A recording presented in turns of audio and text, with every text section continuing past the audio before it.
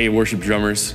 So something that's really important for me in worship is being able to stay dynamically supportive of the band and not taking away from the rest of the band. You know, I've had the opportunity and the pleasure to play both in the secular environment and the worship environment. And you know, when you're playing in a secular environment, the show is on, you are trying to perform your butt off for people. People really are coming to see you do something spectacular. But the thing about worship that is so just flip that on its head is the point is completely different.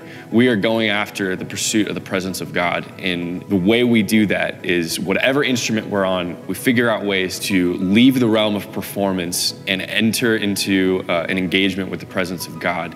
And for me as a drummer, a big way to do that is to figure out dynamics that are not distracting, but are supportive to the rest of the band in really important ways. One way that I tend to do that, and it's a good way to just keep in mind how to do that, is always stay one or two dynamic levels beneath the rest of the band.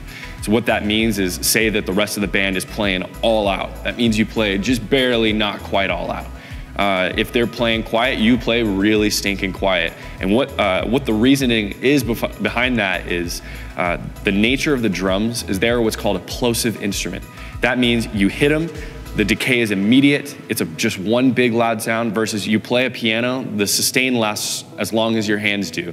You play the guitar, the sustain lasts as long as the strings ring, but we have a plosive instrument, which means the perceived loudness is always gonna be a little bit louder than every other instrument on stage. And so for us to be able to maintain a perceived dynamic level that fits the rest of the band, I've learned to stay just a couple dynamic levels behind the rest of the band in order to support, honestly, honor, fit in, do all this kind of stuff just a little bit better. Some things that you'll start to hear, people will be like, man, that was so supportive, that was so sensitive. You'll start hearing things like that. And really the truth is it'll be uncomfortable at first because you're playing the drums quieter. No one wants to play drums quieter.